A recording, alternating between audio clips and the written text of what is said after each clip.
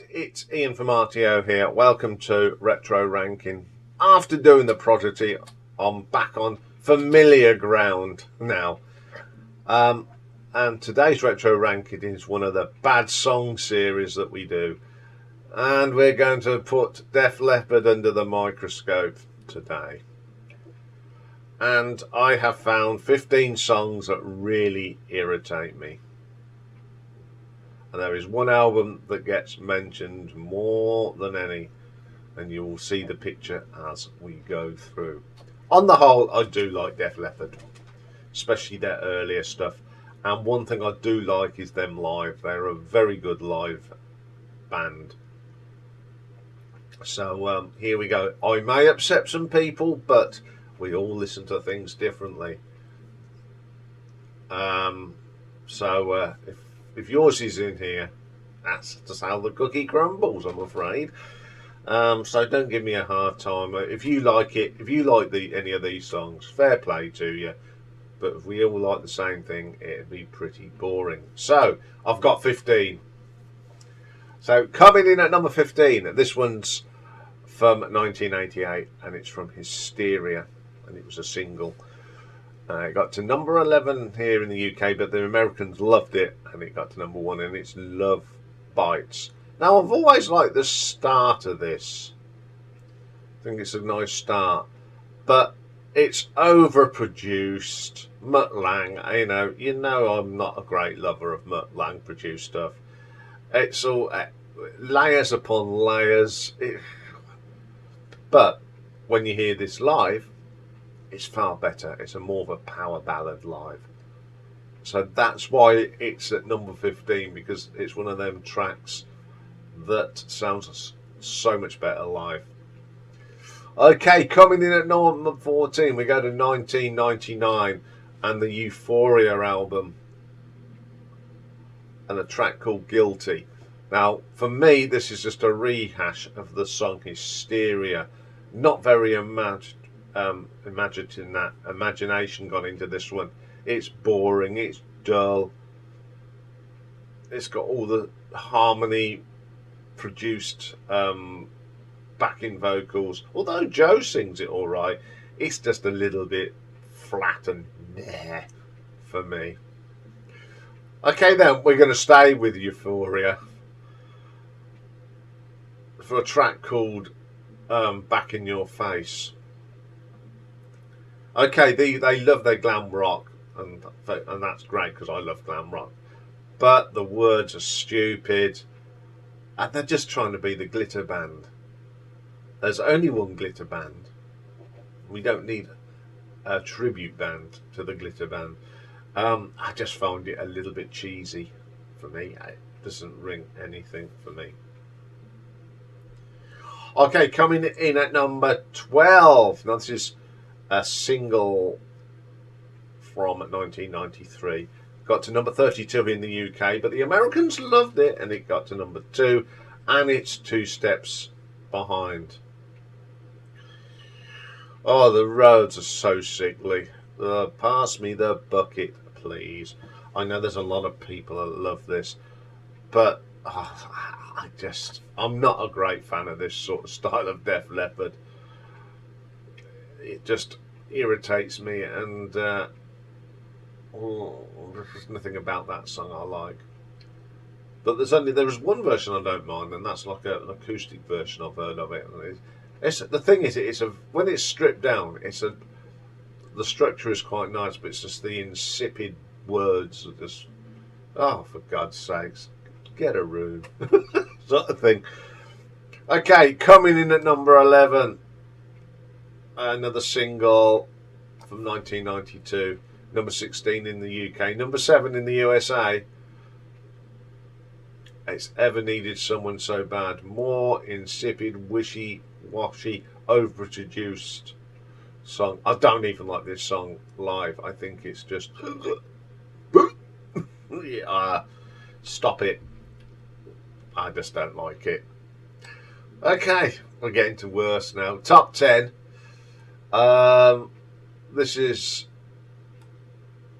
There's the year because I didn't put it down. Miss You in a Heartbeat, number 39 in the US.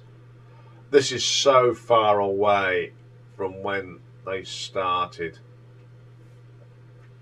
It's just dire, moronic. Ugh. Yeah, they started off as a real heavy, hard rocking band to this wishy-washy, ballady style nonsense. I like ballads, but they just seem to churn out more ballads.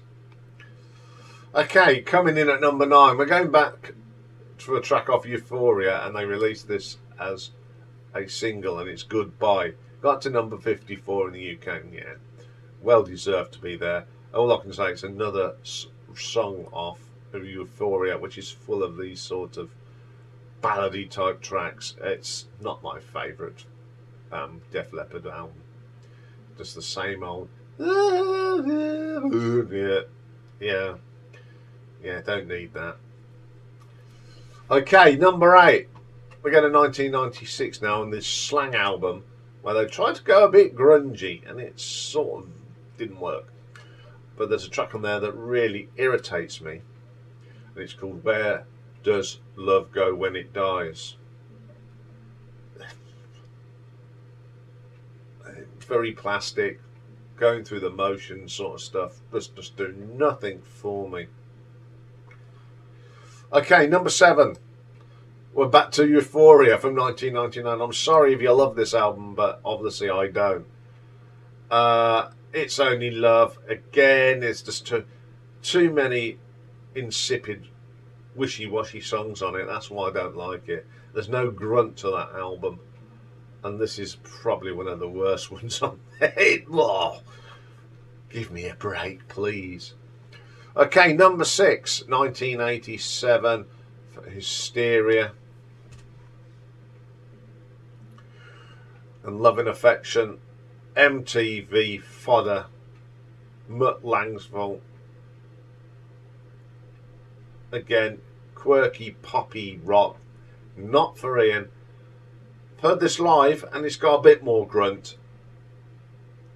There's none of that well overproduced. It's got a bit more of a guitar riff. Phil and Viv have sorted out the riffs on that and made it a little bit more friendly. Okay, I promise I think this is the last track off Euphoria. Just check, yeah, it is. To Be Alive. Oh dear. Again, it's insipid, weak. That's all I'll say. It's just bad. Very bad. Okay, coming at number 4, we have a song from 2016 off the Def Leppard album, and it's called Energize. This is probably the worst track on the album. They've used a drum machine. Now, I know Rick Allen's drums are a little electronic because of, you know, Rick's situation, but he pays them with such energy and pounding. So why would you want to put a drum machine on a track when you've got an absolutely great drummer? Rubbish, absolute rubbish. The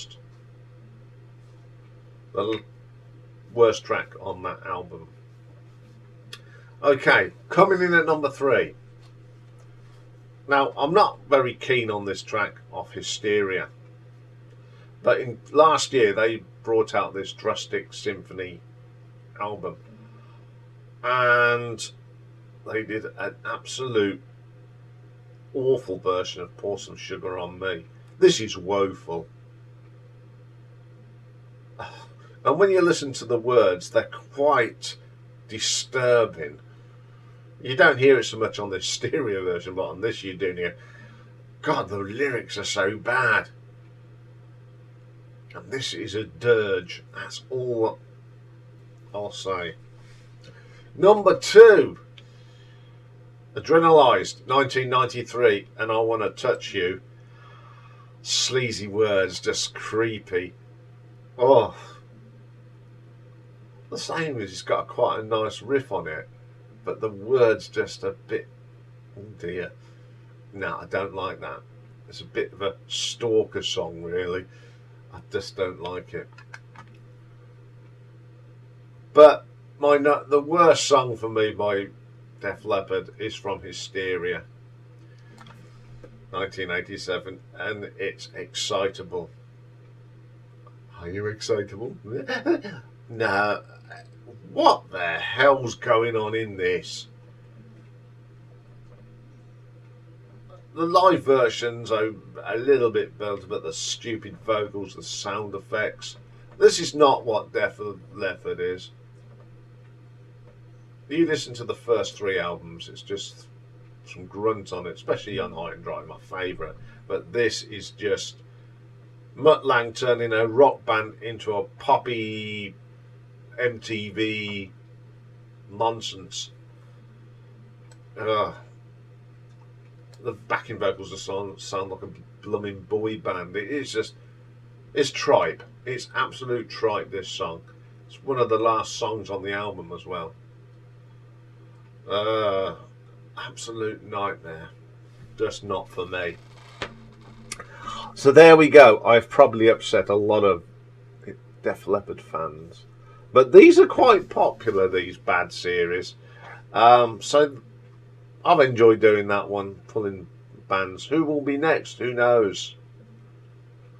I've got a whole list of people that are going to come under this. So that's all for today. I'll be back tomorrow, and it's Music Marathon Day, and we have got the one and only Mr. Lou Reed tomorrow.